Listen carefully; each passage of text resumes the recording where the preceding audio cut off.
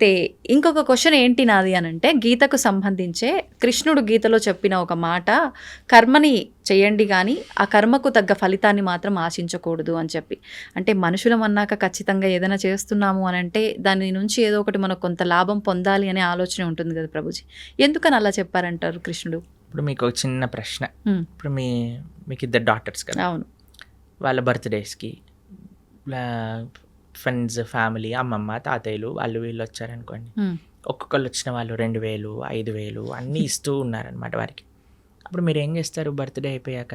ఉమ్, నాన్న ఎన్ని వచ్చాయి మొత్తం కౌంట్ చేసి నాకు ఇవ్వు, నేను పిగ్గీ బ్యాంక్లో పెడతాను, ఎప్పుడైతే నీకు అవసరం ఉంటుందో అప్పుడు ఇస్తానని చెప్తాను. ఆ. ఓ 50,000 వచ్చాయా, ఏదన్నా చేసుకో అని చెప్తారా మీరు? చెప్పం. ఏమంటారు మీరు? ఖచ్చితంగా తీసుకుంటాము, దాన్ని తీసుకుంటాను, జాగ్రత్త జాగ్రత్త చేస్తాం. పెడతారు కదా. అవును, అది మీరు వాడేసుకుంటారా? వాడం. వాళ్ళకి ఎప్పుడైతే అవసరం ఉంటుందో అప్పుడు ఉంటుందో ఇస్తారా? అప్పుడు. అదే భగవానుడు చెప్పింది.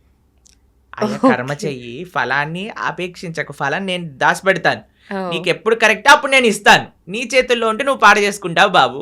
ఇప్పుడు మీకెలా మీ పిల్లలు భగవంతుడికి మనందరం పిల్లలమే కదండి. అవును, అవును. ఆ ప్రేమతో భగవానుడు చెప్పిన